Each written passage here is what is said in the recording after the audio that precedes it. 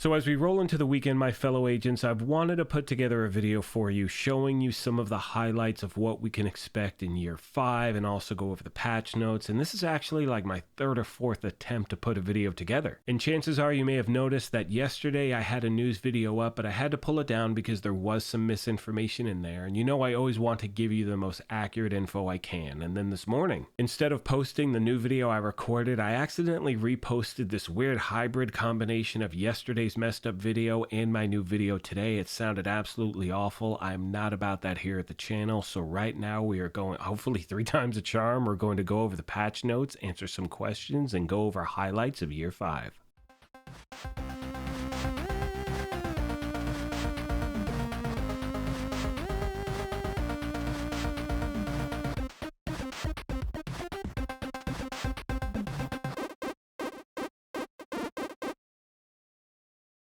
What's up, my YouTube family? Graybeard with the Gaming Brigade, back with another Division 2 video, and we're going to be going over the patch notes for the PTS, which is on PC right now, as well as some highlights from year 5 and the things we can look forward to in the near future. Now, if you happen to be new here, feel free to hit that subscribe or join button. If you enjoyed this, you could hit that like button as well, and you know about the giveaways, and I will go over that information at the end of the video. Now, as we start this off, there happen to be 2 questions a lot of you have sent the channel, and they're on different topics, but I want to address them as we begin. And the first question has been, and this happens every time we have a PTS, is why is it only on PC and not on console? And the main reason for that is because of a certification process that is standard for Sony and Microsoft that is non-existent for PC. So what that means is anytime the game wants to make a change on PC, they can implement a patch and instantaneously we can see the change. We can update the patch, we're totally good to go. But with console players, because of that certification process that those 2 companies have, that update could take a day or 2 or even longer in what we've had in the past. And this is something we actually just witnessed in Next Defiant, where you would see a change on PC right away, then a day or 2 later you would see it on console. And what happens is when you have shorter PTSs like this one, what can take place is by the time that Sony or Microsoft greenlight any changes before it can go on console, the PTS is already over. Now, if we go back to the first division, they did try that on console as well. And for those of you that may remember, it was a complete and total hot mess. It just did not go as planned in any way whatsoever. So that's really the main reason it doesn't take place on console. Now, the other topic I want to talk about has to do with Heartland. And one thing I've heard from many of you out there is that you have no desire to even try it out because you don't want to be forced into playing PvP, but that is not the case, my friends. PvE players will have options as well. And obviously, as we get closer to launch and we see more gameplay, I will share it here with you at the channel. Once we get any more details, I'll obviously pass it along as well. And I will be putting together more of a deep dive into Heartland over the next few days, so you definitely want to check that out. With that being said, my friends, let's now take a look at the roadmap for year 5. Now, first of all, moving forward, there is no season 12, 13, 14, whatever. After season 11, you can see we make the jump to year 5 and we have seasons 1, 2, 3, and 4. Now, season 1 will begin this June. It's called Broken Wings, and as you can see, that is when we're going to be getting the new game mode Descent, and that also marks the start of a multi-seasonal rebuild of the castle settlement. Now, we saw that start in season 11, and in today's live stream they said that rebuild is going to completely bring the castle settlement to life. It's going to give it an entirely new purpose. That is something else we can look forward to, and there's also an apparel event thing, with season 1 as well. Now, to be clear, the first apparel event we will see in year 5 is going to be a replay of the Resident Evil apparel event. Now, I know for many of you out there, you may have missed that first one, so this is a great opportunity to get things you missed out on before. Now, moving on to season 2, which is called Puppeteers, and that first thing at the top, and those of you who played the first game, you'll know exactly what this is. They are going to introduce incursions back into the game. Now, for those of you that may not know, incursions are these repeatable endgame missions. You're going to squad up with 3 other people. It's not a solo thing, but it's not as difficult as joining a raid group, meaning, when you're trying to get a group of 4, it's much, much easier to do that, whether you have a dedicated group, or I'm going to make the assumption they're going to have matchmaking as well. Now, if we go back to the first game, I know that I personally never had a dedicated group to roll with. I always used random matchmaking. I was never on microphone, and these things were so much fun to play. Now, I don't know if they're going to be the same as they were in the Division 1, but in the first game, I think it was something like 15 waves of NPCs, or maybe, I don't know, close to that number, something like that, and then there was a final objective, so it really is something to look forward to. Underneath that, you see that continuation of the castle rebuild, and then once again, another apparel event. Moving on to Season 3, my friends, it is called Vanguard. You can see we're moving back to New York, or something's going on in New York. They mentioned something about Aaron Keener, so different story stuff. We have the holiday event, so that obviously puts us towards the end of the year, and once again an apparel event. And as we move to Season 4, it is called Black Diamond, and the first thing we notice at the top is that there is a new story DLC being introduced to the game. They already confirmed the fact there are going to be new zones, new main missions, a completely different endgame structure. And one thing I actually failed to mention is that in each season, apparently there's going to be an entirely new twist on how the manhunt works. We're going to see leagues, global event. Hopefully those are going to be new as well. They didn't get into specifics as yet, but as always, once I have that information, you know I'll pass it along. Moving on, my friends, we're now going to get into the patch notes for the Year 5 Season 1 PTS, which began this morning. And the footage you're looking at is from a descent run that I did earlier today. And if you missed that video, I will post a link to it in the description down below. Now, looking at the notes, the game starts off by saying the following: please note that the new features mentioned below are still being worked on and therefore not in their final stages. Final 3D models for some of the new gear and weaponry items are still pending. Placeholder assets are used instead. Then they go over the size of the patch itself, and right below that they go into a detailed breakdown of what the new game mode is. They say Descent is a free 1 to 4 player game mode with semi-infinite and randomized progression versus an infinite difficulty curve. Warlords of New York ownership is not required to access the mode, so for those of you that do not have that DLC, you can still play this as well. As far as what to expect, agents are stripped of all of their gear, specialization, and perks when starting the game mode. The mode is a playground where you can experiment with builds not feasible in the regular game, challenging them tactically and encouraging deeper understanding of the build meta. This AR training simulation at the NSA facility was designed to test the limits of Ortiz Robotics tech. Leave your gear and shade tech behind to help Wally extract intel from the NSA database. Then we go on to how it plays. All agents can access Descent from the megamap, and that is how you're going to activate the simulation. At that point, you equip weapons, skills, and talents, take turns exploring rooms, defeat enemies, bosses, and the ultimate opponent, the Nemesis. Now, once the Nemesis is defeated, you can continue your run to earn exclusive leaderboard rewards, discover the history of the simulation and the Ortiz Robotics connection to the Division and the Black Tusk each week in your collectibles menu. Now, as far as the difficulty goes, and you're going to see this in different footage, again, I'm going to leave a link. You can check out the footage I put together this morning, but each room has a different difficulty rating, and you can choose them as you progress. The choices are going to be easy, medium, and hard, and the difficulty that you choose will have an impact on the rewards you're going to earn. You're going to earn talents, battle powerful HVTs in arenas, and keep pushing forward until you face the Nemesis. Now, at this point, I want to skip ahead to the notes and go over a few other things really quick. Now, you can see here, you will also have the ability to roll exotic talents onto your weapon, and this is where it gets insane as far as, like, it's so much fun. I'm already becoming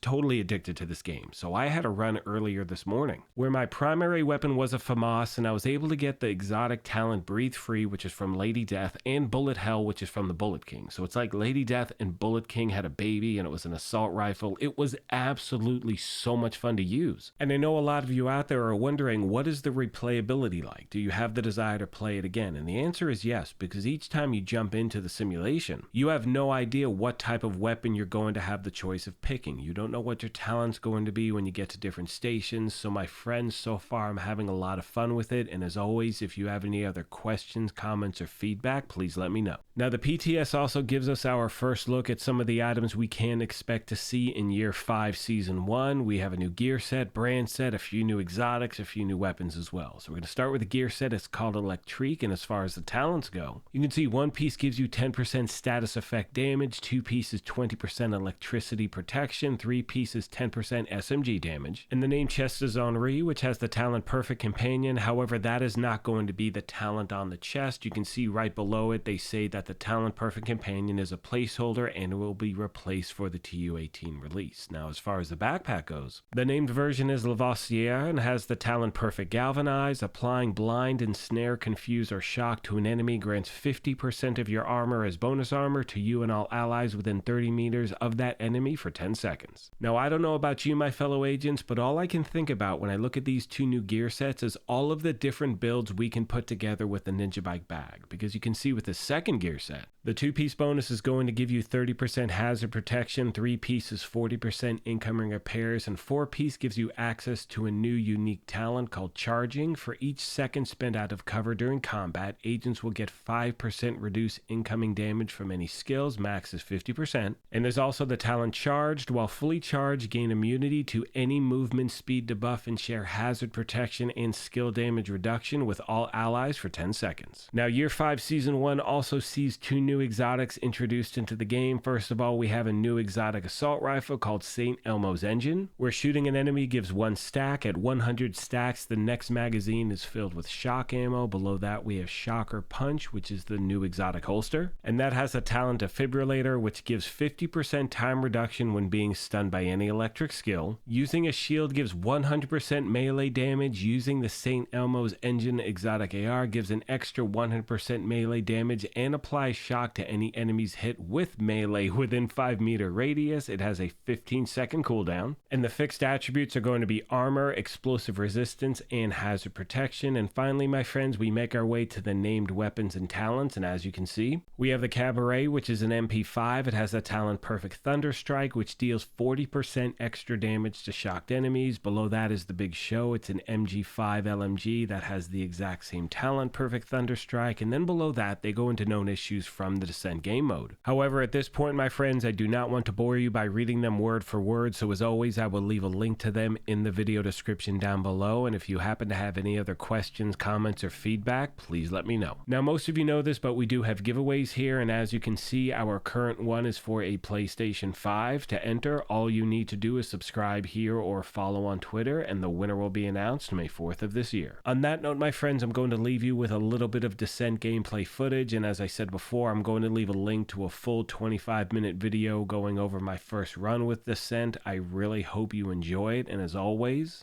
take care of yourselves, be kind to each other, and we'll talk to you soon. Thanks again, everyone.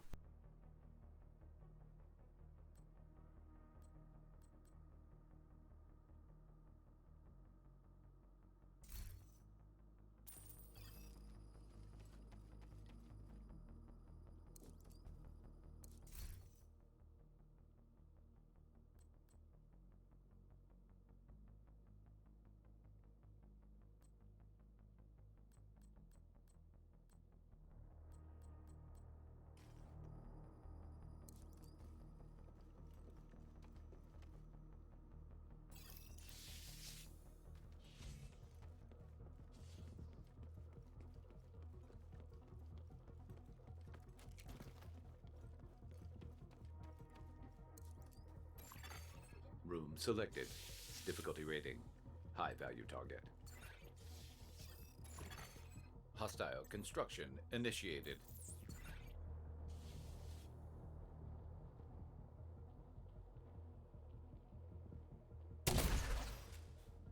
I've been waiting for this! Target rich.